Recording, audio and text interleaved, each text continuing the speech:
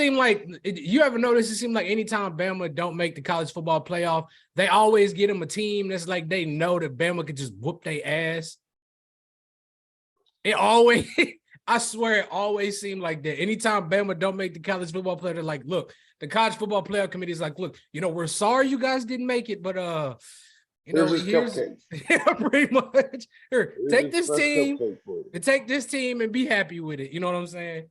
Oh man. Yeah. But I mean, on paper, shit, is Martinez even back? Like that's what's gonna make I have no idea. Game. I think if he's back, yeah, it'll be an exciting game because it's just gonna be him and Deuce Vaughn. It's just gonna be him and Deuce Vaughn pretty much the whole game. If I'm Deuce Vaughn, I'm gonna be playing this game. I gotta go to the NFL guys. Fuck you. Okay.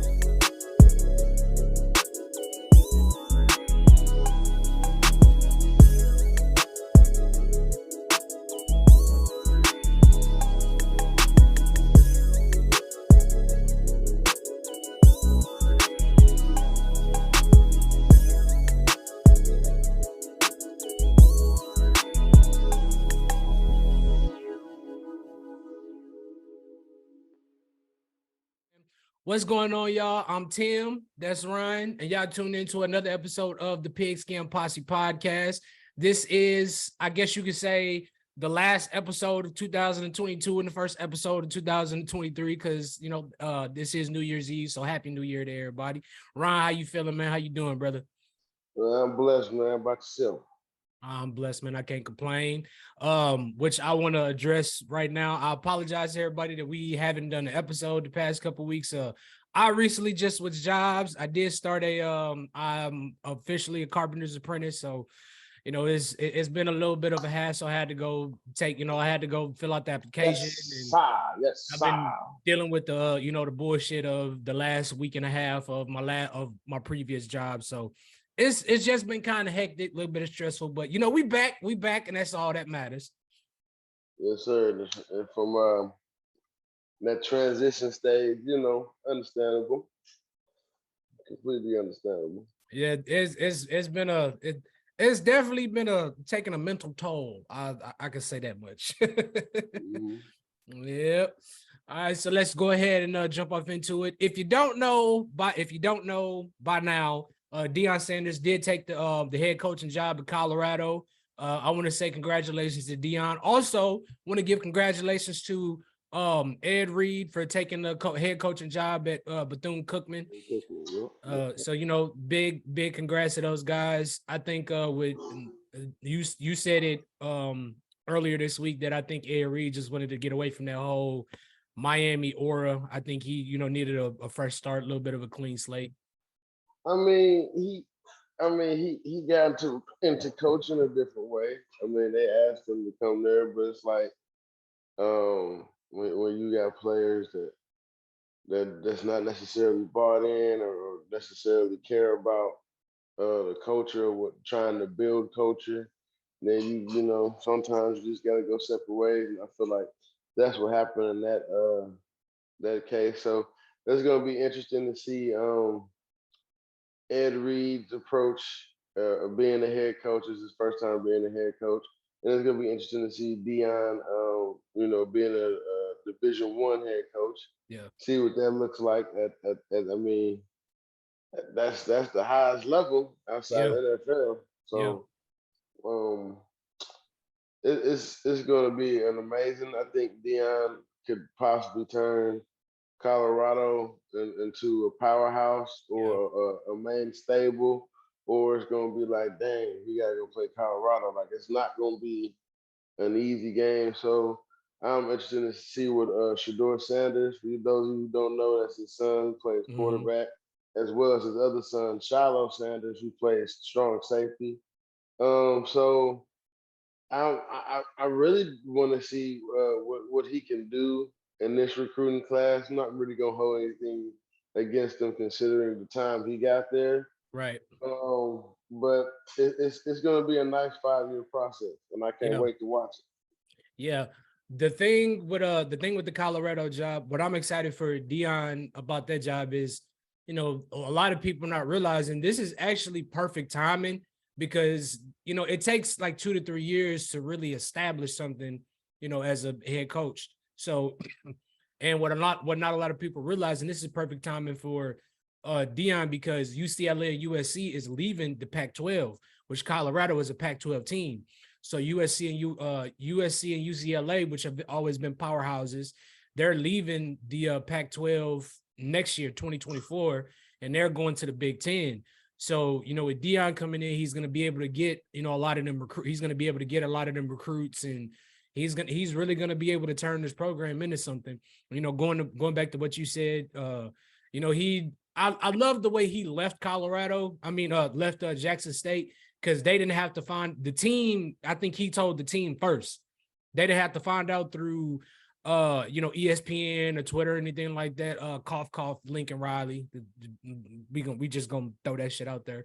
But I like how he, set the team down, had let them know, like, hey, I am gonna be accepting the job at Colorado. I don't want y'all to find out from any blogs or anything like that. But also, I like how whenever he got to Colorado, he pretty much established, like, hey, some shit gonna be changing around here. Like, y'all don't whatever the fuck y'all been putting up with for the last like 20, 25 years, that shit it's officially done. And then, he did let him know, like, I'm bringing my luggage with me. So, he let him know that Shador was coming with him and he was going to be the starting quarterback.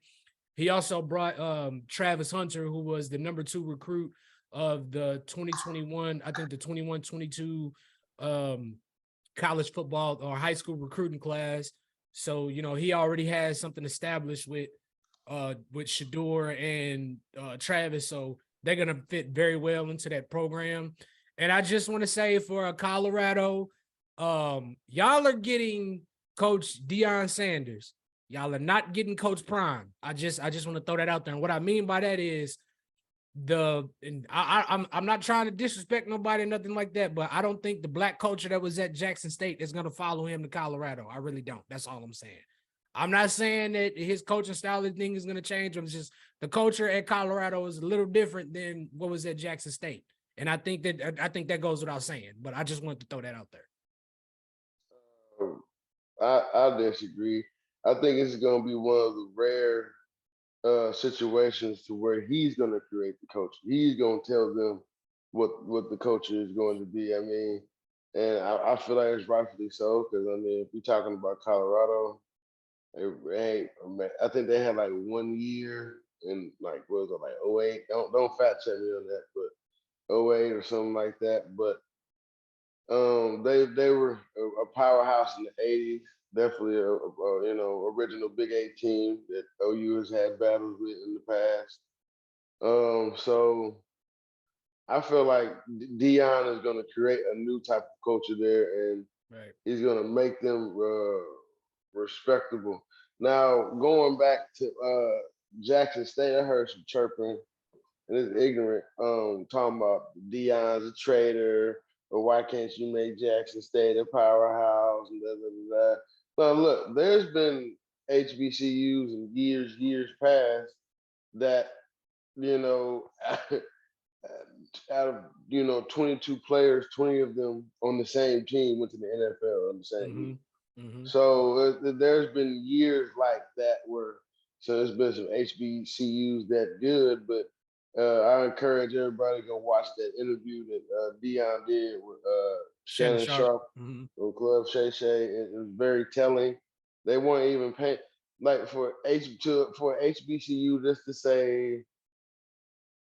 say FAMU was playing Florida. Well, no, let's not say that. We got to let's just say FAMU was playing Alabama. They got to go to Tuscaloosa. They will lose money trying, because you got to pay for, the flight, the hotel, food, the hotel. They're not finna stay there for a day, so they're gonna be doing stuff there and whatnot. So instead of getting like, I don't know, $3 million for the game, they'll get like 6 figures, and then $610,000, then travel fee might be $1 million. So they in the hole when you thought they was making some money. Right. And then you gotta pay for the band to travel and all that shit. So yeah, I mean, like they losing money to go up there and take an ass whooping for what? To get some exposure. You know what I mean? It's just, I mean, Deion said it's just not worth it.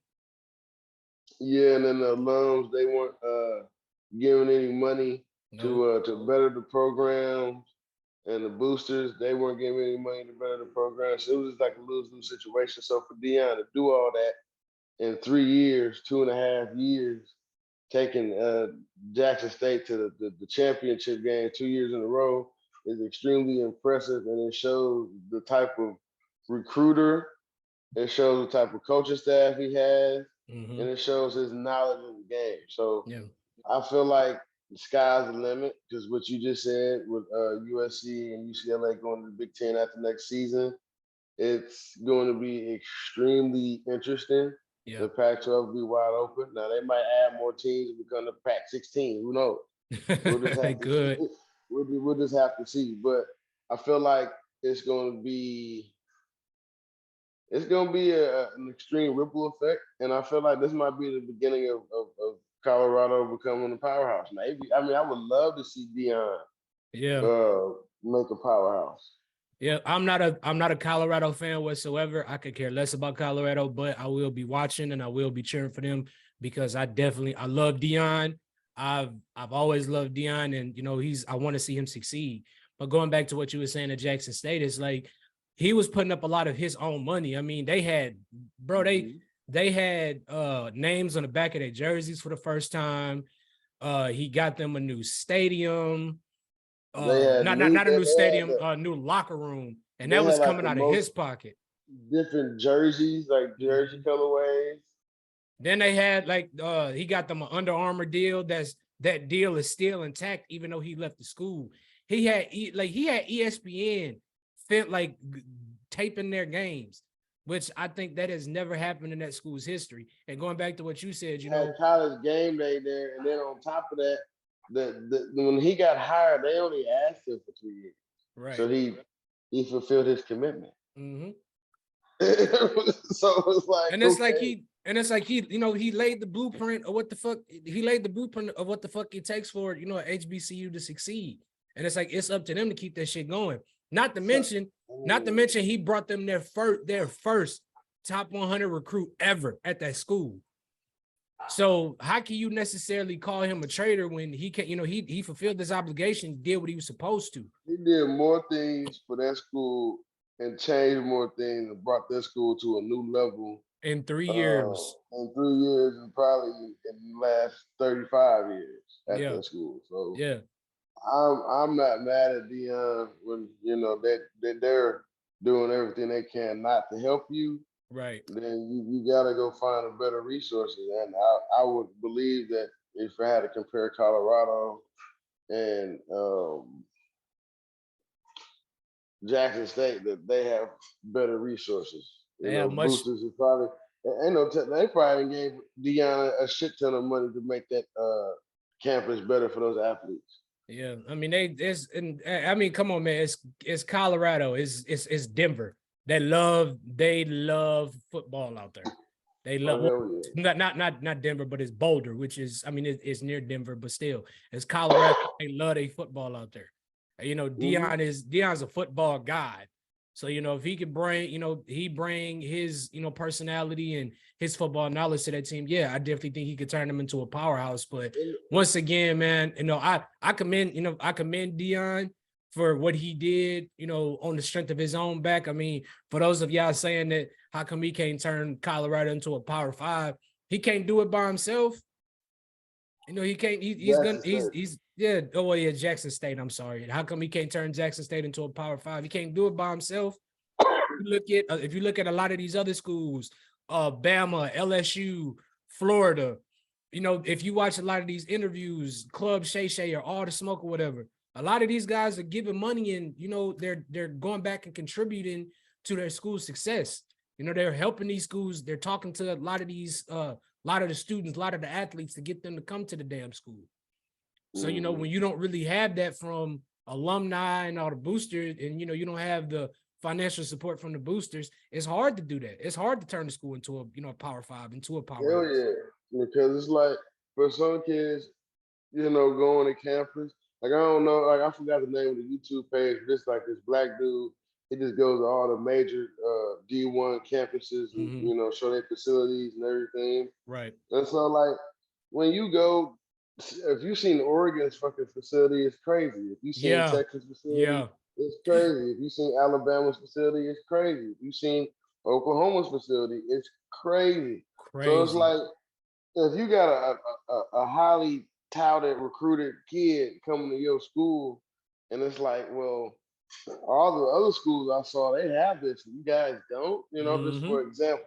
That's gonna be like, well, fuck this then, you know what I'm saying? But like, it just wouldn't seem appealing to them. But like college football has changed so much in terms of like what used to be a 3-year process to get a team together is now a 6-month process. Because you just saw it with Lincoln Riley, you just saw it with Oregon, you just saw it with Deion at Jackson State. So Texas A&M getting all them damn recruits. This is that's an example of getting all the recruits and then it don't pan out on the field. And to me, that's coaching. Yep.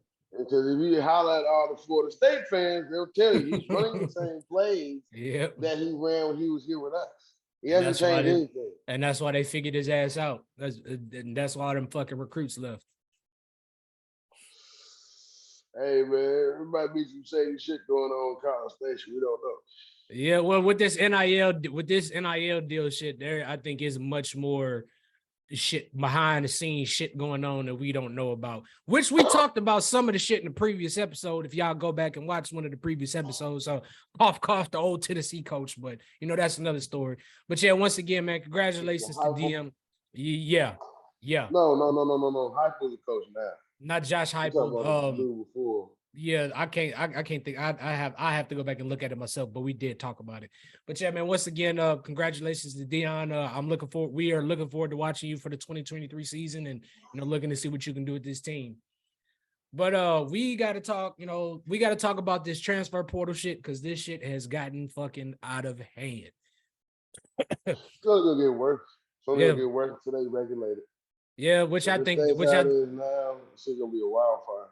I think it's gonna take another 1 or 2 years for them to get this shit back, back under control. What they need to do is go back to, how it was before. If you transfer, you got to sit out a year. Like you can't just jump in and play right away. I think a lot of that was only 2 ways you could jump in and play right away is if your coach gets fired or goes to a different school. Yeah. Or you've already graduated. So you'll be a graduate transfer. Yeah. So you can It negates all the other bullshit, but that's definitely some shit that they need to do. Like DJ Uyunglele, I feel like Dabo was just 100 with him. Look, bro, we tried this for 2 years. It ain't working, bro. So that's why he bounced, and I feel like DJ graduated. Same thing with Jalen Hurts at Alabama. Jalen Hurts didn't go home in the summer. He just stayed at campus, took summer school courses. That's why when they started a tour over him, he could have transferred that year. He had already graduated. But I think Nick kind of let him know that, moving forward that they were gonna go with Tua. So he just, like, man, I'm not gonna waste my time here. When I got an open spot, when there's a spot for me at Oklahoma, why the fuck would I, sit here and sit behind somebody when I've been the starter for the past 2 years. So, and I mean, hell, it worked out for him. I mean, I think Jalen was a second round pick, one of those. Second round. Yeah, second round. Yep, and I mean, yeah, it's worked out for him, and he's he's doing his thing right now. And I mean, he's only an MVP candidate. Yeah. So yeah, I would say it worked out great for him, but I feel like that year with Lincoln Riley, just learning, because Alabama admitted they never had no quarterbacks coach. Nope. After that national championship game they won against Georgia their first. And you kind of saw that with the previous quarterbacks, because once all of them got to NFL, they ain't really been shit. AJ McCarron and they had a few of them. They just once they got to NFL, McElroy. And, I mean, yeah. I mean, honestly, Jalen, Tua, Mac Jones. Well, Mac Jones, Tua. Yeah, he's probably the best quarterbacks in terms of throwing the ball. Yeah. But if you watched Tua last week, he looked like a typical NFL Alabama quarterback. Put it to you this way: the greatest Alabama quarterback that ever goes to the NFL is Joe Namath. So far. Yeah, look how fucking long ago that was. Yeah. For the longest, AJ McCarron was the best NFL quarterback. Yeah, he was a top prospect. But as you mentioned, DJ Uiagalelei, however the fuck you said his last name, he transfers to. I don't know. I give up. It's so many like Hawaiian players now. They throw N's in their name and you don't see an N nowhere in their fucking name. Like Tua, they start calling him Tua Tagovailoa. Like where the fuck you get tongue from? There's no Tua Tagovailoa. It took me so long to fucking figure out how to pronounce his name. Which had DJ Uiagalelei, he transfers to Oregon State, which I ain't see that coming. I don't think nobody saw that coming. But he only was gonna go somewhere he can start, bro. And I mean, like, they had a good year last year. They did. So, I mean, they beat Oregon. They damn near beat USC. I think they get like 9 or 10 wins? They had a 9-win season, I believe. I mean, damn, and the head coach played there. Yeah, not to mention they always got some receivers at Oregon State or coming out of Oregon State. Yep. You know, they run a very pass-heavy offense. So yeah, if I had to say anything about Oregon State, they could use a quarterback. Yeah, and that style and like the style of playing the Pac-12, they run that high octane offense. They always got them high scoring ass games. So, interesting to see how that's going to work out for them. Speaking of your school, Nick Evers, he transfers from Oklahoma to Wisconsin, which Luke Fickell, the former the head coach that was at Cincinnati, he's taking over the head coaching job of Wisconsin. What's your thoughts on this move? I mean, you gotta do what's best for you. Yeah. We're gonna see if all them passing schemes he had at Cincinnati works. Quinn Evers is, being in that Wisconsin weight room program, he'll probably bulk up a little bit. He'll bulk up some more. He might end up reaching his potential. So I mean, hats off to him, and I wish him nothing but the best. For me, fuck him. No, I mean, I wish him the best, but for me, I think his mind was made up during that Texas game when they decided to start what's his name, Davis Bevel over Evers, and it's like y'all didn't even get a kid a chance to get in and fucking show y'all what he could do. So I think that kind of pissed him off, and right then and there, I think that's when he decided, like, yeah, I'm leaving. Like they're not even gonna let me get in and get a chance to start. So what the fuck I'm gonna stick around for? It kind of pissed me off too, but it's like, what you gonna do? Like, I'm not the coach, so I don't make those type of decisions. But I mean, if number 11 was playing, but damn, bro, they ain't playing no college football game. Then you gonna put them there against fucking Texas? It's bad enough you got number 11. We ain't playing no significant amount of football playing against Texas, let alone. Bro, like, I'm thinking about it. Okay, Dylan played against Texas, where we would have at least scored 2, maybe 3 touchdowns, maybe. But shit, look, bro, it's our first bad year. Probably 21, 22 years. Yeah, first losing season since I think 99. So hey, it shit happens. We are regrouping, not regrouping, we're reloading. And I trust Brent.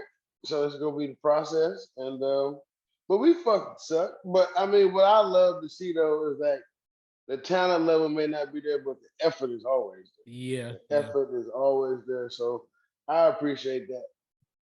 I want to let everybody know, for those of y'all that have not really paid attention to college football the last 5 years, don't let this losing season for Oklahoma fool y'all, okay? Oklahoma's been one of a top 5 program the last 20 years.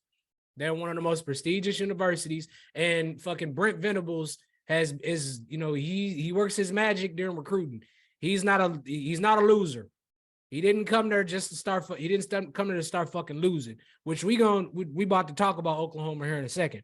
So of course, I think the biggest news for y'all got Austin Stogner returning. I think that's huge because he's gonna come in and I think he's gonna fit right into there. I don't. They may run a different program under Jeff, but I tell you what, all them high ass passes motherfucker was throwing last year. Yeah, you might would need a 6'6", 6'7" motherfucker to go catch that shit. I think I still think he's figuring out what he's gonna do. I don't know if he's gonna transfer or what the fuck's going on, but because they're not. Come on, bro. They're not bringing in a 5-star QB just to have him sit on the bench for a year. I don't think so. Man, he played in the bowl game. I mean, well, that doesn't really mean shit because Caleb Williams played in the bowl game last year. And left. Yeah, so I mean, but fuck, he's already transferred from somewhere else. So it's like, okay. I feel like it's gonna be a quarterback battle. And I trust Brent with his decision making. He's only been coaching for 30-something years now. Yep. So I can't call it. I mean, I like what I've seen from Jackson Arnold. He can spin the ball, he can run. He seems like to be a great decision maker with the football. It looks like he can read defenses. He's very accurate with the football. So sky's the limit right now. I mean, I would like to see a couple more running backs, but I think we're okay. Yeah, y'all got Gavin Sawchuk. He's coming in. Y'all got Javonte Barnes, and then I think y'all got another 4-star coming in next year. So I mean, y'all gonna be okay. Then we got to talk about the defensive side of the ball. So Brent actually managed to flip a 4-star linebacker from Indiana, and his brother Desan and Dave McCullough. I don't know if that's how you pronounce both of their names, but Desan McCullough, he's an All-American linebacker for Indiana, and trust me, he's the truth. When Michigan State had to play him, we had to deal with this motherfucker. So he's a field stretcher, and then his brother Dave McCullough, he's a 4-star safety, which Brent managed to flip him from Cincinnati. Also, y'all had a last minute flip from Oregon. Well, what's Peyton Bowen? Peyton Bowen. That nigga, bro. You have been Oklahoma all motherfucking year. All year. And then you go to Oregon and the next day, you sign I'm like, all right, bro. So if you don't get all the snaps you want your first year, you go transfer. You'll leave, yeah. That's the kind of impression I get from dude, but we gonna see. You gotta earn it, son. Pretty much. And I mean, Brent's a defensive guru, so I don't think he's just gonna come in and let just anybody start on this fucking defense. This year, I feel like he kind of didn't have no choice because Lincoln Riley just left him with shit. I'm not gonna say shit, but he left him with, Brent had to work what the fuck he had. I mean, we got a Oklahoma State transfer. I'm like, okay, defensive lineman. I'm like, I don't know how to feel about this, nigga. Okay. Then you got a shit ton of linebackers. We got a lot of decent amount of athletes. We got some cornerbacks, some safeties. I mean, but what I'm finally happy with, we probably got some 6'3", 6'2", yeah, couple 6'4" motherfuckers. Compete with them tall ass fucking wide receivers on the outside. That's what I'm saying, bro. Like, and I'm very proud. I'm very proud of how we played against Florida State, because Florida State is the top 50, top 30 defense we went against. So I mean, y'all held y'all own against them. Yeah, and I love the tackling. I love the tackling in that Florida State game. More so than I did in other games. But okay, team 128, season of 2022 is done. Wash your hands with it. 2023. Wash your hands with it. So we're gonna talk about the early recruiting rankings. We're not gonna talk about it too much. It's just I got a couple questions about it. So of course, Bama comes in number 1 again. Surprise, surprise. Georgia's number 2. Number 3 is Texas. Number 4 is Miami. Number 5 is Ohio State. Number 6 is Oklahoma. Number 7 is LSU. Number 8 is Notre Dame. Number 10 is Florida. I got one question. So, how many years is Miami gonna have a top 10? I mean, this is just early recruiting rankings, but how many years is Miami gonna have a top 10 recruiting class and they just don't live up to the fucking hype? Now I understand this is Mario Cristobal's first year with Miami. So I don't get it. How do they consistently have a top 10 recruiting class and they can't do shit? Sorry, Mario, Will. Sorry, Will. I gotta talk my shit. You gotta talk to that nigga later today too. All right. Nigga. Okay. Because of our friend Will, I've watched several years of Miami football. I honestly think the problem with Miami is always they don't have the scheme for the players that they have. Yeah. You know what I'm saying? But again, Brent, just like Brent Venables, Mario Cristobal is one hell of a recruiter. Yeah. Hell of a coach as well. You're right. I don't want this to be a case where he just might be a good recruiter and not a good coach. I don't think it's necessarily that. He's been 100 with it, and I don't think that he's trying to throw his team underneath the bus or shit like that. I don't know if you've seen something or heard some of the shit he said throughout the year, but he's like, well, yeah, we got guys coming to practice, but you know, it might be 2-3 of them in the facility during the week. You know, yeah. So I mean, I don't really know what you guys expect us to do, and we have guys that don't seem to be bought in what we're trying to do. I also think just like with Lincoln Riley, I think with the coach with the previous coach leaving, I think he was also left with, you know, I had to work what the fuck I had, and I didn't have much to work with. I did the best I could what the fuck I had. So no, he had some talent. I was expecting 9-10 wins from them this year. He has some talent. You got when I saw that quarterback was his name, Van Dyke, I was that first impression was just not good. See, that's what I was about to bring up. You brought back a 4,000-yard passing. Okay, bro, like the motherfucker passed for 4,000 yards, and he didn't even play a full season. Mm-hmm. Like, what the fuck is going on? But then again, that was with Manny Diaz. Yeah. And then that I mean, he should have kept the offensive coordinator, but fuck.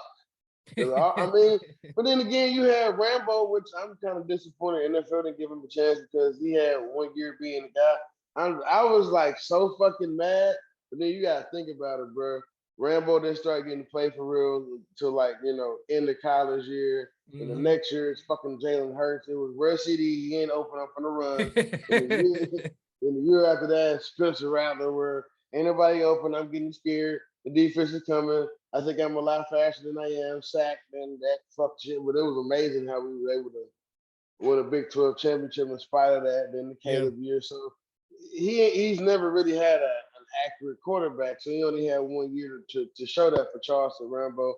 And that's very disappointing because he had one hell of a year. He's part of the reason, good part of the reason why Miami won all those games last year. Yeah, so, he was shit. When we played him, shit, he was torching us with that fucking comeback route.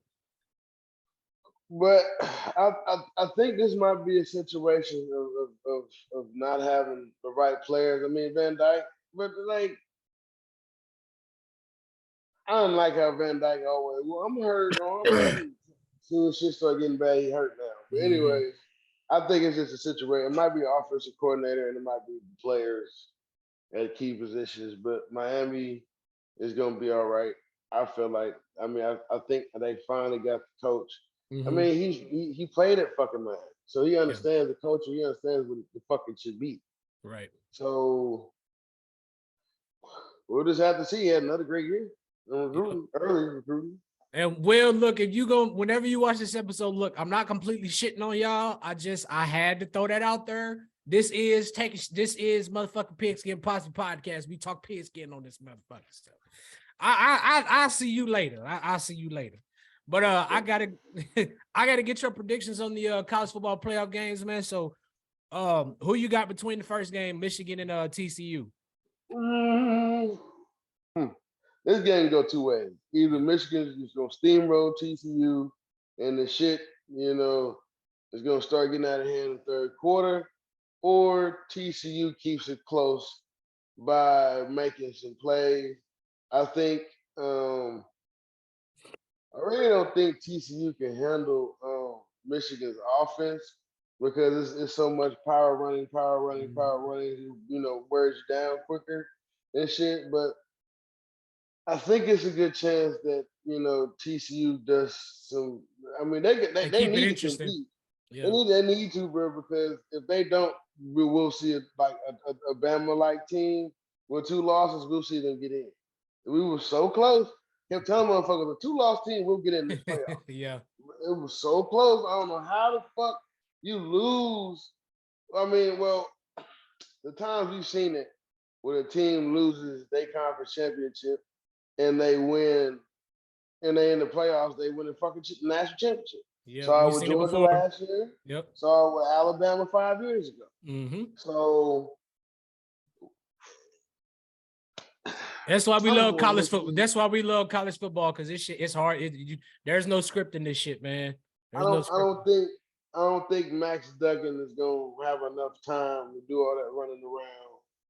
That's what I was gonna say. It's really, I think this game is really gonna come down to how well Max Duggan plays. He's gonna have to, because Michigan is probably the most balanced. If you look at like the offense and defense in this college football playoff, Michigan.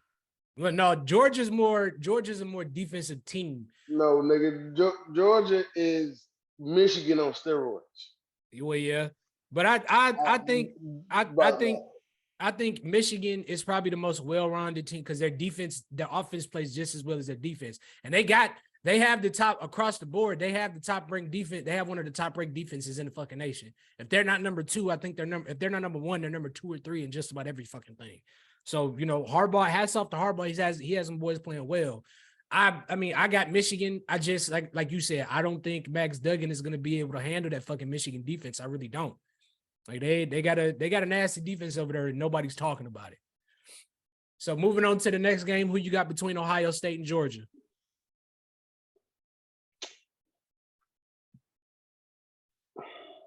Ohio State, they need to keep it close. Yeah. But I feel like Ohio State's gonna have spurts, but I just feel like that Georgia's just gonna make plays and shit. Now you saw it in the Missouri game where it's like, what the fuck? And they definitely have the receivers to do it. It's about how they're gonna use Marvin Harrison Jr. It's about what's his name? Jigba. He's not playing. He declared for the draft. He's not playing. He's not playing the playoff game? Nope, he's not playing. That nigga really said fuck college football. Yeah, he ain't playing. He said fuck that. Hey, bro, I don't give a fuck. Sorry, y'all. I need to go get this money. All right, nigga. Sorry. But shit, damn, bro. You just said that. Well, it just depends on how the line's gonna hold up, because they not gonna run the ball in Georgia. Fuck no, they can't. They can't. They can try. They gonna run some running plays to keep them honest, but they're not gonna be successful running the ball. So you just told me that. So now it's just like, well, see, because Marvin Harrison, he gonna get his junior. He gonna get his, but they might fuck him up. They gonna double team his ass. What they gonna do? Yeah. But if not, that somebody's gonna try to do a dirty play and get them up out the game. But yeah, I got Georgia, and then we can go from there. And I mean, I'll keep it a bean, bro. Like, Georgia's the best defense in college football, and they're not like a top 10 defense. They're like a top 14, 15 defense in the nation. But what they are number one is I think they're third in defensive scoring, and I think they're first in red zone defense. Mm-hmm. So that right there is just. I feel like that's going to be too much for any offense to overcome. This is not like a year where LSU. That I don't give a fuck. Like even this year's Georgia team wouldn't have been able to stop the LSU team that won national championship 2019. So I got Georgia two-peating. Be the fourth ever team to do this. Mm-hmm. So hats off to Kirby Smart, man, and the program he has built quickly within 5-6 years. Quickly. Just like you, I have Georgia winning this game. I think this game is going to be similar to what we saw in the Ohio State and Michigan game. Ohio State, their defense period has been fucking garbage. And I think it's just, once they see because Georgia can run the fuck out of the ball. So once they start seeing that Ohio State is, trying to stop the run, they're gonna play action their ass to death and fuck them up downfield.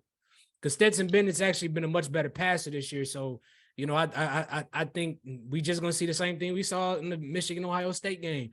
Once Ohio State starts trying to stop the run, Georgia's just gonna attack their ass downfield. They're just gonna torch the fucking pass defense again. And another thing to go back to that Michigan TCU game, Buddy is like the best McCarthy. Yeah, JJ McCarthy. He's like the best play action quarterback probably in America. Well, when you got them two fucking running backs, that's what I'm saying. You gotta have a good run game to run the play action as well as they run it. And they had that little motherfucker Blake Corum which he's injured, so he's done. He's just gonna prepare for the draft. They had him and I forgot the other running back's name. When you got them two coming out the backfield, you can run the fucking play action because everybody's trying to stop the run. So, I think we're gonna see a Michigan and Georgia national championship, and I got Georgia coming out on top. Yeah, I'm talking about steamrolling Michigan. I'm talking about like they did last year. Like they did last year. See, I'm talking about like first half Alabama, Ohio State, like that. And then that shit was over with. That shit was done. Yeah, they did. Alabama just had a Devontae Smith, so when nobody was fucking with him that year. I mean, all right.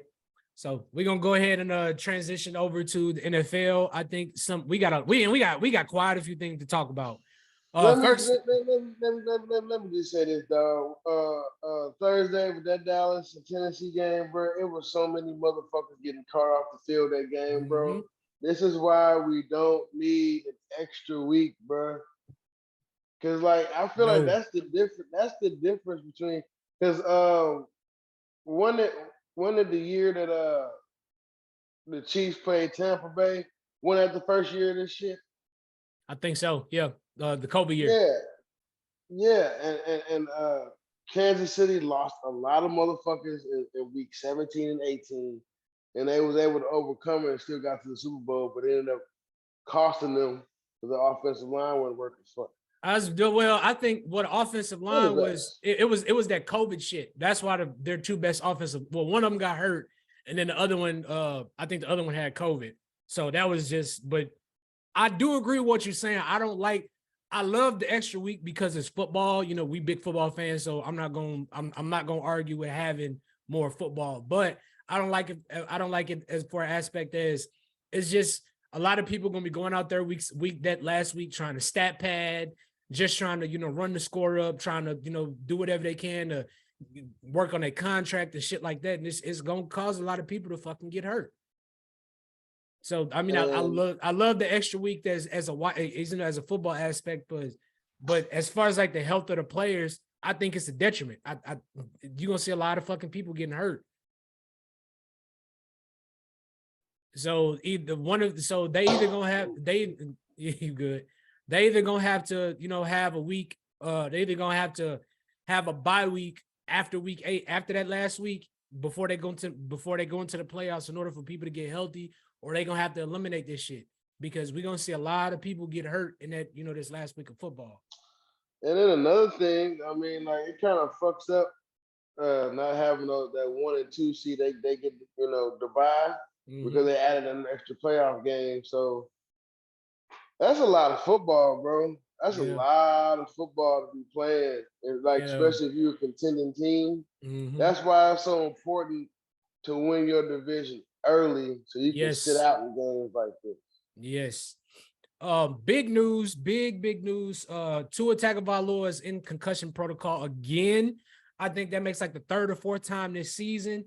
And the Dolphins, they have 2 very critical games coming up. They got the Patriots and the Jets, and these 2 games are going to determine playoff positioning. Now, all bullshit aside, all football aside, this is bad for Tua. This is his third or fourth concussion. Like, dude, if I'm Tua, I'm questioning whether I want to play football again. Well, not necessarily Tua, but if you're Tua's doctor, you really need to sit him down and tell him the dangers of him taking another fucking shot to the head or him getting slammed or him getting his head slammed on the ground again. Well, this is scary, bro. Who's the backup? Teddy Bridgewater and Skylar Thompson, I think. Okay. That Kansas State quarterback. Fuck him. All right. All right. I mean, how I was looking at it, he not gonna have to worry about it this season anyway. I mean, I feel like was probably on Tua's mind. Obviously his health, just had a kid and shit. But I mean, like anybody would tell you, if you get to that second contract, you're paid for the rest of your life. So I think that's what's on his mind. But at the same time, bro, he just the. I don't like left-handed quarterbacks. No, I fuck with Tua, bro. The timing is different. The side of the field is different. And then he got them 2 fucking speedsters on the outside. Yeah, like the play he threw his last interception, bro. If he looks to the right, dude is wide the fuck open. Yeah, speaking of that, like Tua played well in the first half, and then I think he took that shot towards the end of the second half. And he played like shit towards the end of the first half, and he played like shit the entire second half. And it was, I don't think he told anybody until after the fucking game. So it's like you start to take that shit into consideration. Like, was he out there was he out there playing with a fucking concussion the second half? Because I don't know if you saw that game, but Tua looked terrible the second half. The entire second half, Tua looked absolutely terrible. The motherfucker threw 3 or 4 picks. Did 3, and 2 of them could have been fucking. They could have been avoided. And the other one, he just got too greedy. Like you don't see the linebacker right there. Yeah. But the media is really trying to make this a thing, and you hear the shit as a player. Motherfuckers say they don't pay attention, but they hear the shit. So I just feel like it's kind of fucked up to him because it's like, damn, bro, I'm trying my best to win some football games and play and shit like that. But at the same time, like, okay, well, let me go ahead and keep playing because they gonna say I'm just injury prone, and I want to show I can be, a franchise quarterback. So it's just a lot of shit on his shoulders, bro. So of course, Tua's gonna keep trying to play. So I just hope he works on protecting himself. Learn how to fall down. Because if you notice, because Shannon Sharp opened my eyes to this, and I had to go back and watch for myself. If you notice, when he gets tackled, most of the time, one of the first things, his shoulder or his fucking head, like, dude, learn how to fall down. How you think Tom Brady ain't ever had like no serious concussion or serious injuries after getting sacked? Well, for one, for one, he's always had a good line, and he knows when to fucking fall down. When that pass rush, get hectic, you see Tom, fuck this. You're not about to hit me, motherfucker. I mean, he's either falling down or he's throwing the ball away. And I get it, he's young, and so he feels like he's mobile and shit. But like, bro, learn when to just throw the ball to the ground, bro. Learn it. I don't know. I don't know, but he's got to work on protecting himself. But I mean, he got to work on even right-handed quarterbacks know when somebody's coming to the left side, bro. Right. It's like it's times he don't even look at the right side of the field at all. Nope. Now with this whole situation with Tua, and they got the Jets and the Patriots the last 2 weeks, and like I said, this is going to determine, who gets the other wild card spot. I mean, do you still see the Dolphins getting in with this whole set? Because Tua, he's definitely going to miss the next game against the Patriots. Like, do you still see the Dolphins getting in? No, I don't either. I really don't. no, It's gonna come down to the last game of the season, and I think I don't know, man. I don't know if they can get it together in time. I really don't. Yep. So I mean, I think who gets that second playoff spot in the AFC East? Well, Jets fans is happy because that backup quarterback is starting again, so they're gonna hope he wins again. But I think Bill might sneak back in there. He might. Moving on. The Broncos fired Nathaniel Hackett. He went in his tenure as a head coach, he went 4-11. Now, do you agree with this decision, or do you think more of the blame should go on Russ? Well, a lot of people don't know he's been playing with a torn hamstring. Yeah. So I mean, that's your power, that's your mobility. So I wouldn't have played. I wouldn't have either. I got torn hamstring. No, I can't. I will say this: I've watched a few Broncos games because I wanted to see them do well because they have all the pieces. It's just they were missing a quarterback. But what I can say is a lot of his coaching decisions and time management have been fucking horrible this season. Like that Seahawks, that very first game, the Seahawks game. So y'all go. I think they went for it early in the game on 4th down, and they didn't get the 4th down. They had like a 4th and 2 or 4th and 1 to maybe get them close, a little closer in field goal range, and instead they decided to kick I think it was a 60+ yard field goal with Brandon McManus, who's the game. Yeah, and it's just like, why the fuck would you do that? Like, y'all went for it early in the game. It was like a 4th and 6 or something like that. And instead of you going for it on a 4th and 1 or a 4th and 2 to get better field position, you decided to go kick the fucking field goal. Hey, man, bro, I remember that. I'm like, nigga, you get fired for shit like if they have a losing season, this probably gonna be the reason. That's what if we have a losing season, this motherfucker getting fired for shit like that. Okay? Yep. And we're the Denver fucking Broncos, motherfucker. We're not doing this shit. Yep. Now the other question is, there's been rumblings of them possibly trying to get Sean Payton. I mean, I don't think that'd be a bad hire, honestly. I don't know how Sean Payton's personality will fit in with Russ, but I mean, do you possibly like that move, or you ain't with it? I mean, let's just take this year out. Let's look at Russ's whole career. Let's just take this year out. Let's look at Russ's whole career when healthy. Would you say his accuracy is on the level of Drew Brees's? Yeah, I mean, dude, he's a deep ball thrower, and we know Drew Brees, the last 3 or 4 seasons, could not throw the ball deep to save his fucking life. That's why they went on and got Michael Thomas. But Russ is one of the best deep ball throwers in the fucking NFL. And I mean, he has great accuracy. He can throw on the run. So I definitely think Brees can do, not Brees. I definitely think Sean Payton can do more with Russell Wilson, but it's no telling. Like I said, I personally like the move because, Sean Payton's a proven head coach, and they keep going out and getting these guys that don't have great coaching records. So I think it's a great move. Do you even think Sean Payton wants to coach? Yeah, he still want to coach.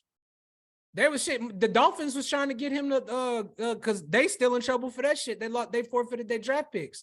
They're still because they're in trouble for they were trying to get Tom Brady and Sean Payton a couple years ago whenever Tom was moving on from the Patriots. So he still wants to coach. Okay. I like it. I like the move. I mean, I feel like if Russ was healthy, we'd see something different. Like I feel like it's kind of fucked up for firing a first year head coach. Like, but then again, we don't know what went on in the locker room and shit. Right. So, but the team is definitely turned against Russ. So no, they're not. Believe it or not, they actually still like Jerry Jeudy made that Twitter. You know, he made a tweet saying that he wasn't cool with everybody like bashing Russ. So you know, he still fuck. I think quite a few of them still fuck with Russ. I give me Russ with a healthy hamstring and 10 games, and I'll let you know. Yeah, let's 10 games. We just gonna have to wait till next season to find out. Yeah, this shit's over with. I mean, it's his first losing season ever in his career. Yep. So it's not like he chump change. I don't like how people jumping ship on dudes either, but like, damn, he had one bad year, and now it's fucking okay. Yep, it's bullshit. Moving on to the next big topic. We talked about this earlier. So Derek Carr is expected to be benched for the final 2 games of the season. Jarrett Stidham is expected to step in. I mean, the Raiders are out of the playoff race, but so I don't. And then it's been reported that the Raiders are expected to move on from Derek Carr after the season. How you feel about this? Keep in mind, before the season started, Derek Carr signed a 3-year, I think $141 million extension. So we got to back up because I would say get rid of Derek Carr before last year, and then he go out and play like the Derek Carr the year he broke his leg, and then a lot of that shit is not on Derek Carr. That defense is fucking horrible. I was just gonna say that, like, there's if you ask me, I think Josh McDaniels should be fired because he's also made a lot of fucking questionable calls. Like their defense has been in the their defense is like bottom 20 in just about every fucking thing. So why are y'all blaming it on Derek Carr? And then y'all gave up, y'all gave up all them draft picks to get Devontae Adams, paid him all this money, making him the franchise receiver. That's not a good way to piss off your fucking franchise receiver. Because him and Derek Carr are best friends. Shit, bro, nigga. Derek Carr try to say something to Devontae, that nigga just you better shut the fuck up. Talk to me, nigga, bro. I don't know, bro. It is versatile. Devontae be wide the fuck open and he throw the ball 5 yards past. Yeah, that too. What's up, bro? Like that Kansas City game was crazy, but with Jarrett Stidham starting the first Kansas City game, but with Jarrett Stidham starting, he'll fuck around and play Derek Carr. He's not the greatest quarterback out there. They might have to. He's a serviceable QB. Like he'll win you some games, but I don't think he's gonna take them over the top. And I think that's their thought process. Like, damn, we went out and got Chandler. We went out and got Chandler Jones. We went out and got you Devontae Adams, and we didn't even get a wild card spot this year. So I think that's their thought process. But like you said, you can't blame it on Derek Carr when your fucking defense has been god awful this year. Horrible, but I mean, when have the Raiders ever had a dominant defense? Yeah, that's true. Well, that year that Khalil Mack was there, because they damn near made the playoffs. Well, they did make the playoffs. I think Derek Carr's rookie year, but yeah, they made the playoffs. That defense was good. Carr broke his leg, and then the backup was ass. And yeah, Mari Cooper was on there. Yeah, that was a good Raiders team. Jack Del Rio was coach. Yeah. It's a good Raiders team. I mean, it's the best Raiders team since that Super Bowl team when Jerry Rice broke his knee in. But, yeah. I don't know. I guess, shit, this will be a quarterback draft. Well, not really. Really, next year will be a quarterback draft, but. Which we're going to talk about that in a minute, too.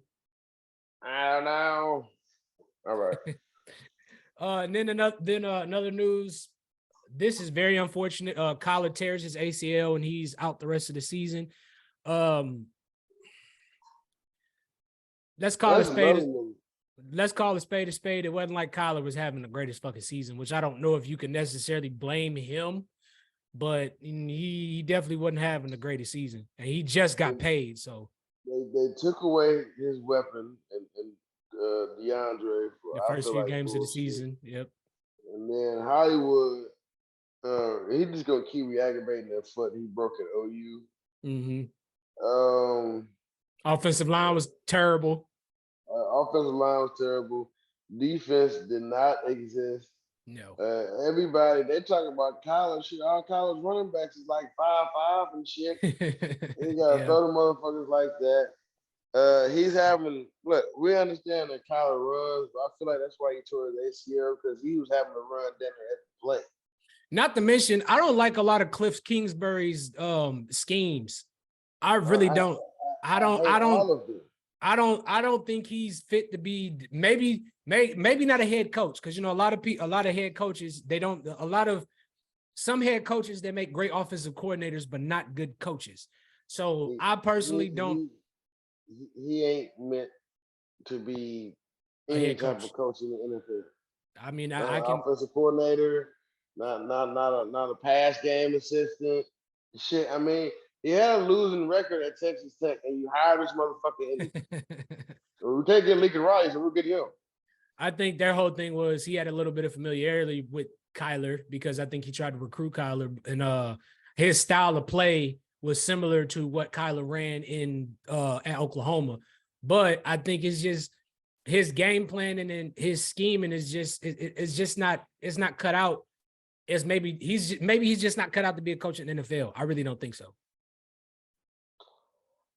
I mean, yeah, and I think I said this in our predictions for the year. If Arizona has a bad year, he should get fired. I mean, the GM is taking a leave of absence. Mm-hmm. Kyle tore the ACL. Something happened. They did something with the coach. So it's leaning towards Cliff Kingsbury maybe getting fired. Yeah, that's what it's looking like. That's what it's looking like. But I mean, okay, now that's a place Sean Payton can make some shit happen. Yeah. So like they trying to character assassinate Kyler, but when Tom Brady is yelling at his team on the sideline, he's so passionate and he cares about the game. He's such a winner and all this shit. Breaking all them damn tablets. Yeah, but when Kyler Murray does it, he's just being dysfunctional and he doesn't really care about the team. He's losing the locker room. I've never seen a player talk to a head coach like he talked. Fuck out of here, man. They do that shit all the time. Y'all just don't see it. So, okay. All right. So, I mean, I feel like this would be like the best time for Kyler to try to, if there is locker room problem, I don't feel like it is. But it's not. I don't think it is either. Ain't no telling. I don't know. But okay, let's say Cliff gets fired. Who the fuck comes in there? I mean, personally, I think what Kyler needs is somebody with a strong personality. Cough for Eric Bieniemy, who deserves a fucking head coaching job. But because there's a lot of good candidates out there. I'm hoping they can actually get some of the fucking the black coordinators some head coaching jobs because a couple of them definitely deserve it. I think Byron Leftwich deserves it from what he was able to do the last 2 years, not this year, but the last 2 years with Tampa Bay. Eric Bieniemy definitely deserves it for the fucking job he's done with Patrick Mahomes. What's his name? The head coach, the defensive coordinator in San Francisco, DeMeco Ryans. I think he deserves a head coaching job. It's quite a few of them that deserve head coaching job opportunities. So, do you think Kyler can run a pro style offense? No, I don't think so. Maybe dropping back. Yeah, maybe. Kyler. Here's the thing with Kyler. I think Kyler, he fits the system in Arizona. Just he does not need. I think they just need to go in a completely different direction because Kyler's a little short motherfucker. So a pro style offense, I don't think suits him. I really don't. But then again, ain't no telling. My thing is, bro. Well, no, I ain't never seen his passes get batted so much this year, ever. I mean, all them big ass defensive linemen. I mean, bro, everybody on that offensive line he had that year at OU was going at least about between 6'5" and 6'7". And he was always able to throw over the motherfuckers. Yeah, because he had protection. They're not. It seems to me like they're not investing in the offensive line as they should. They need to get better all around the fucking board. And that GM, I don't know if I want him to be a part of my next draft. He might be stepping down at the end of the season. That's what I think is going to end up happening. I think he's going to step down and Cliff Kingsbury is going to get fired. That's what I think the fuck going to happen. Then Kyler Murray, if we continue to stay like this, we get traded. Yep. All right. So we coming down the home stretch. We moving on to in or out questions. This is I've been wanting to talk to you about this for a minute. So in or out, the Lions should pass on drafting the QB this year and build around the defense. And here's why I say this. If you look at it, bro, the Lions defense is in the bottom of everything. I think they got the number 29th to 30th ranked defense. And Goff is having a hell of a season. They have the offense can score. Like the offense is, I think they got a top 10 offense in the fucking NFL. You wouldn't think so because they haven't, their defense has just cost them too many games. And Goff had, he has rapport. He has rapport and chemistry with all of his fucking wide receivers. That Amon-Ra St. Brown, he has great chemistry with him. And then, we saw what he was able to do with Jameson Williams. So, I mean, are you in and out? Are you in or out on the Lions passing on a QB this draft and wait until, maybe next year or letting Goff play out his contract?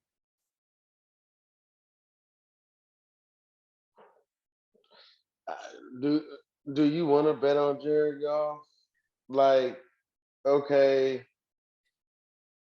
I mean, I guess they should work on their defense because it's not like they're going to be in a position to get, the QB that they think can change their franchise. Right. Like, Bryce will be gone by then. Or shit, who else is a potential quarterback that's going to get drafted this year? CJ, I think Drake May. No, he already said he's coming back. I think Max Duggan. I don't know who else. The dude from Kentucky. I can't think of his name. Kellis or some shit like that. But yeah, he's gonna be back. That Dart motherfucker on Ole Miss, he might go. This ain't really a quarter. I mean, like, damn, bro. I really thought it was gonna be a quarterback draft, and it is not. And that's why I say, like, personally, if I'm the Lion, I'm in on them waiting to draft the quarterback. I say build the defense and move on because they actually they're still in the hunt for a playoff spot.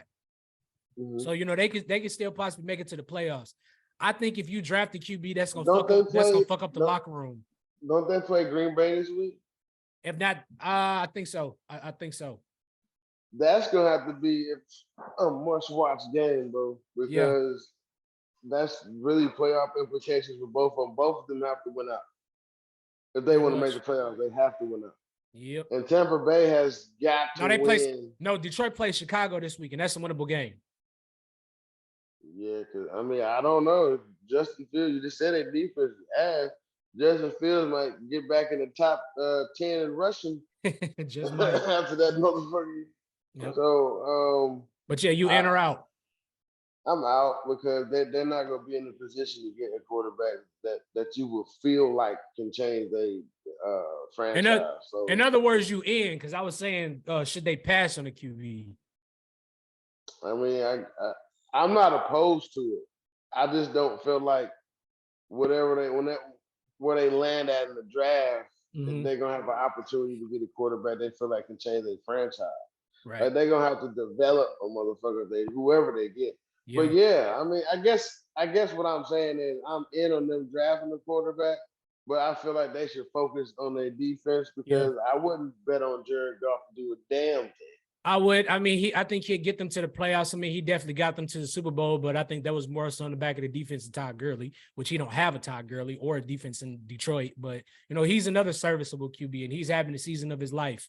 So it'll be interesting to see what goes on this offseason. Yes, it will. Yep. Next question. So Lamar leaves Baltimore in the offseason. You in or out? Shit. I mean, I'm in on it. I mean, if I'm him, he kind of got Baltimore's mercy because that's probably gonna be the team that end up offering the most money. But I would be in on him leaving, but I just don't know where he'd go, where he'd fit. Like they'd have to like tailor their whole offense to him. Well, hold on. I personally think I'm in on him leaving, but I don't agree. I think with Lamar is, he's a mobile QB, but even he said, I would rather throw the damn ball. But who the fuck has he had to throw to in Baltimore, an elite wide receiver in the past since he's been in the NFL? Mark Andrews, who's a tight end, Sammy Watkins, injury prone ass. Marquise Brown had one good year the entire time he's been there. My thing with Baltimore is this. I mean, is it Marquise Brown's fault that he getting double teamed, or is it Marquise Brown's fault that when Lamar throws him the ball, it's always at his fucking ankles? Yeah, but also this is my thing with Baltimore. I don't know how the fuck y'all can allow Joe Flacco to have that run he did in the Super Bowl with Anquan Bolden and them, and with Anquan Bolden and I forgot the other Jacoby Jones. I don't know how y'all can see that run that he had in the playoffs that year and undervalue the fucking wide receiver position for the next 10, 12 years. I really don't get that. I don't get that shit either. It makes sense to me at all. But yeah, I'm all in on Lamar leaving Baltimore. I don't know if he will. Where we go? Yeah, that's what. Yeah, I think he can go anywhere and fit in. Them Niners would be crazy. I don't know. Hey, him in Atlanta. If they got a nice little wide receiver core down there, but him in Atlanta, come on, man, Vic, that's Vic 2.0. he will be close to home, but I don't feel like we want to be in that kind of pressure. He probably don't. Being too close to home, having too many people wanting to come to his game, he maybe not. Yeah, I don't think he want that kind of pressure. Damn sure ain't going to Chicago. No. Shit, man. Shit. Colts. I mean, or the Raiders, since they gonna be going after the QB. Bro, I don't think for how Devontae Adams has been using his career, I don't think like Lamar would be the guy for him.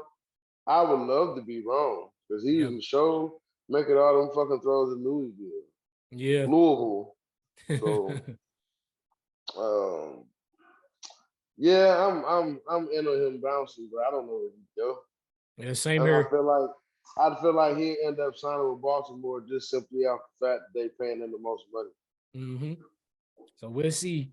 Moving on to the next one. The Jets go after the Jets go after a veteran QB in the offseason instead of drafting a QB. You in or out?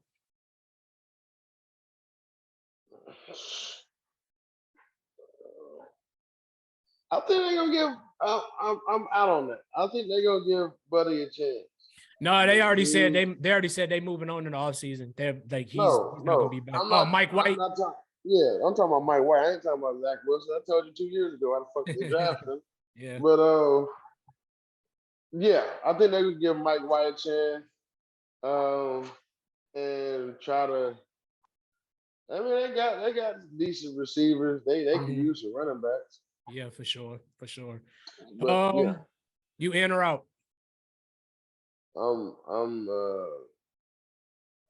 Wait, nigga, what was the question? I was saying you in or out on the Jets going after a wide receiver, going after a veteran QB in this year's draft instead of going after a veteran QB in the offseason instead of drafting one. I'm out on that. Ain't nobody trying to come to the fucking Jets. I'm out on it, but I think they're gonna try to try to go out there veteran QB. I mean, they got the wide receivers, they got that Garrett Wilson, they got Corey Davis, they got Elijah Moore, and they got a cold ass defense. The QB position up there has been the issue. I'm out on them going after a QB in the draft simply because they saw the shit didn't work out with fucking Sam Darnold, and the shit didn't work out with Zach Wilson. Wilson. So yeah, bro. I mean, if this is gonna be like a situation like if Matt Ryan get cut, the Jets offer him a contract. If it's enough money, he'll probably go. It'll probably be a situation like that. I mean, they still got Joe fucking Wacko on the fucking on the bench roster. So I'm who the fuck is seriously? They'll have to overpay any veteran quarterback they get. Yeah, they have to overpay him just to get him to come in. So they give him the backup Whitehead or something. Mike White. Mike White. He's gonna get if he wins out, he's gonna get the shot. Yeah. All right. Speaking of backup quarterbacks, Brock Purdy is balling. Yeah, that was it. Yeah, no, hold on, because that was going to be my next in-and-out question. Don't shoot me. Don't shoot me. Don't get mad when I ask you this. But with all the talent that the defense and the offense that the Niners have, do you think Brock Purdy can take them to the Super Bowl? You in or out? I'm in, but I mean, I feel like rookie mistakes might come into play. But yeah, this is kind of like a Colin Kaepernick situation where they didn't have enough film on him to go by, so they didn't really know how to play him. So because of that, he has that to his advantage. But he has played enough games to where defenses are going to start trying different stuff. I don't know if it's going to affect his game or not. I don't know if they're going to be able to scheme him good enough for that. But I think I'm in. I think I'm in on that because they have a good enough defense. And if he just makes the right play on offense that leads to first downs, they should be okay. I'm in on it as well. My thing with Brock Purdy is I think they drafted him as kind of like we're trying to move Jimmy G in the off. We're sticking with Trey Lance, but we're trying to move Jimmy G in the offseason. So we need to draft the QB just to, as a contingent backup, just in case, the Trey Lance thing don't work out. Because I think they have plans on moving Jimmy G in the offseason. But they need to move Trey Lance. Yeah, that's what it's looking like. They got an issue now. Jimmy G, he's played well this season. Like you said, he's a winner. He's been winning games. It doesn't look pretty, but it's always end up with the same fucking result. Yep. But you have Jimmy, they got Jimmy G and then Brock Purdy. He's played well since he's come in. And then of course, I think they're still going to try to stick with this Trey Lance project. But it's like now they faced with a fucking issue. Like, dude, what the fuck y'all gonna do? Come next season. So, but yeah, I'm all in on Brock Purdy. I think he can take the Niners to the Super Bowl. I think the issue with that is they're predominantly run team, and once team, you can try. I don't think you can do anything to stop the run in San Francisco, but I think once they start game planning how to stop the run, once they figure out how to stop the run in San Francisco, and you put Brock Purdy in a position to where now he has to throw the ball to move the ball downfield, what's that gonna fucking look like? So I think that's gonna be the only what if, not what if, but I think that's gonna be the only question mark with Brock Purdy. He's already a better mobile quarterback than Jimmy G. He already is more accurate than Jimmy G.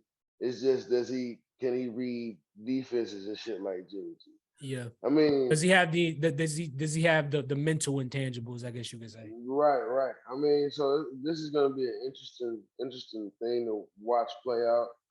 But I think the Niners, they can at least get the NFC Championship game. I think so too. Which, hey, I'm letting y'all know right now, every episode from here on out is gonna be playoffs, NFL playoffs. So make sure y'all tune in because this is one of my favorite times.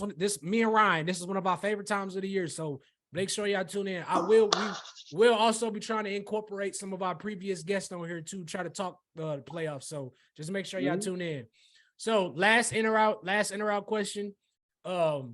There's been rumblings of Tom Brady coming back for another year because this year's been disappointing, but there's been rumblings of Tom Brady coming back to the Patriots for one, him and Bill coming back to the Patriots for Bill Belichick for one last year, and him and Bill retiring together. You in or out? I mean, I guess I'm out because I don't give a fuck, but but for what? Like, yeah, I've won 6 Super Bowls together, bro. They ain't got no fucking receivers. The defense, you got a defensive coordinator calling offensive plays. The receivers ain't worth the fuck. I mean, you got 2 running backs. The offensive line sucks. I'd rather see Tom Brady play for the Cowboys. Fuck, you ain't never gonna see that shit happen. He ain't going to back. He go to Jerry, I want league minimum. He'll probably say, fuck you, motherfucker. It depends how this season ends. I'm telling you right now, Tom Brady ain't gonna want nothing to do with Jerry Jones because Jerry's going to do it his way, and Tom's gonna look at fuck you. If you want me to come here, you're gonna do it the fuck I want to do.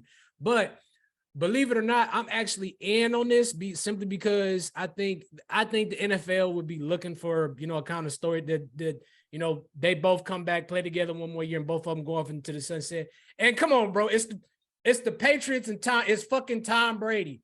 All the power that man still got within that fucking organization. Hell, he went to I think it's Robert Kraft. I think he went to his fucking wedding. Like, Tom still has connections in the Patriots organization. I think if he was to come back, the first thing he's going to tell him to do, he does not want Matt Patricia calling plays. You and I, but you, me, everybody that really watches football knows this.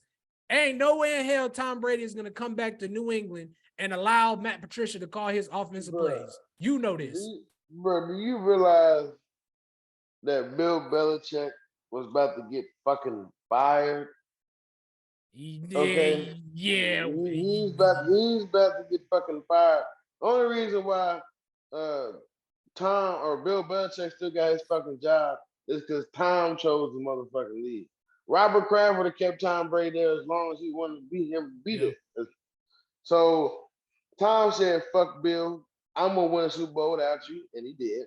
And so, I mean, he just getting greedy at this point, bro. You need to stop, Tom. Retire. Retire. Stop, bro, before they have to go get that cart and cart your ass off the fucking field. No, seriously. We don't like Tom, look, I can't stand your motherfucker. Like, dude, just go the fuck away. You've been